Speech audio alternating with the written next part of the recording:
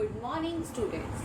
Today we will do topic muscular system of lesson 8. Student, do you know bones alone are not capable of showing movement. They also need muscles. So bones and muscles, they work together to show body movement. Both are responsible for body movement. So these muscles, they form the muscular system. And in muscular system, in an adult human being, 650 types of muscles are there. Student, do you know when muscles contract and relax, then they show body movements.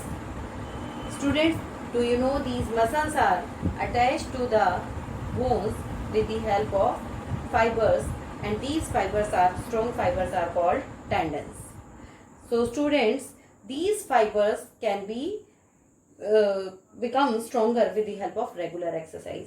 So in this picture you can see these white color part labeled as tendons and brown color part muscles, and below the tendon bones are there. So student, you can see here the tendons, they attach bones and muscles. So they act as a bridge. So these muscles help to bend our different body parts like knee, elbows, our arms. Also they show some specific functions in our body like inhaling oxygen and exhaling out carbon dioxide, and to swallow the food, to chew the food, and even more, we can say heartbeat is also possible due to these muscles. So these muscles, they show different types of body movements. Now we discuss about kinds of muscles. Student, mainly in our body we have two kinds of muscles. These are voluntary muscles and involuntary muscles. Voluntary muscles, the muscles which are under our control, and involuntary muscles, the muscles which are not under our control. They work independently. Student, beside these we have another type of muscles which are known as cardiac muscles. These type of muscles are related to heart. The muscles of heart are called cardiac muscles. So students, let's discuss about all these three types of muscles and the differences between these muscles. So first of all, I want to tell you about this right one, which are called smooth muscle fibers or involuntary muscles. So to the extreme right, we can say these muscles are involuntary muscles. Above you can see the peak of internal organ like stomach, intestine, liver. Student, these are involuntary muscles, the muscles which are not under our control. These muscles, they work independently. Means they are not under our control. If we want to stop or to start their function, they don't work according to that. So they work independently without our control. Student, these muscles do not have stripes. So these muscles are called smooth muscles also, or unstriped muscles. So these muscles, they can work for a longer time without getting tired. Examples of these type of muscles are muscles of heart, muscles of eyes, muscles of stomach. All these are the examples of involuntary muscles. The middle one you can see here, these are called voluntary muscles, the muscles which are under our control. On the top you can see the peak of your hand and legs. Hand and legs, the examples of muscles are the examples of voluntary muscles. Student, you can see these muscles are under our control, so they are called voluntary muscles. We can control them according to our wish, according to our desire. Student, if we want to put something in our hand, it's depend upon us. If we want to kick any ball with our foot, then we can kick it with our wish or according to our desire. So it means we can say certain movements are under our control. So you can see here the peak of these type of muscles. These muscles have striped or bands, so they are called striped muscles. Now to the extreme left we can see the third type, the cardiac muscles. Again we can say these are also involuntary muscles. because the heart work continuously without getting tired, and they are not, the movement of these muscles are not under our control. You can see here these muscles are present in the heart, and below this you can see the structure of the muscles. The stripes are there, stripes are not there, you can see, and here you can see the bands like striped muscles, and they work continuously without getting tired like involuntary muscles. So here you can see some bands, right, and they are like striped muscles like involuntary muscles, and also they work continuously.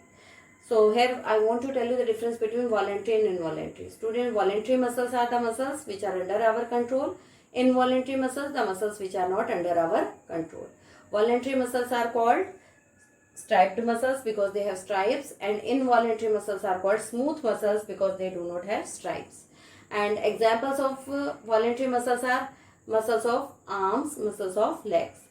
Examples of involuntary muscles, the muscles of eyes, muscles of stomach, muscles of heart. So this cardiac muscles also comes under the category of involuntary muscles. Now we come to our next topic, that is the working of muscles. Student, in this topic we will learn how the muscles work. How the muscles work to show the movement. So student, our body moves because of the action of the, because of the motion of the muscles. These muscles are made up of muscle cells, and muscle cells are the cells which can contract and which can relax, and due to their contraction and relaxation the movement is shown. So student, when muscle cells contract, then what happens, this causes bones to come close to come each other at a joint. Means bones come close to each other at the joint when the muscles contract. And when the muscles relax, then what happens? Then the bones, they get straightened, they get away again at the joint. So it means muscles, they work in pair to show the movement. They work in pair. Here you can see, I am telling you the examples of biceps and triceps muscle, and these muscles are present in your arm. Here you can see the pic of arm, and in one arm you can see the arm is in the bending position, and in the other picture to the right you can see the arm is relaxed. So student, here you can see two types of muscles, biceps and triceps muscles. So students, here we can say biceps muscles are present at the front of the arm, and triceps muscles are present at the back of the arm. Student, now I will tell you how these two muscles, they work together. Student, when we bend our arm at the elbow, we are discussing about the left position. When we bend our arm at the elbow, then what happens? The muscles at the front, I have told you that biceps muscles are present at the front. The biceps muscles at the front, they get contract and get shorter. These muscles get contract and means shrink. Contract means shrink. They get shrink or contract and they become shorter.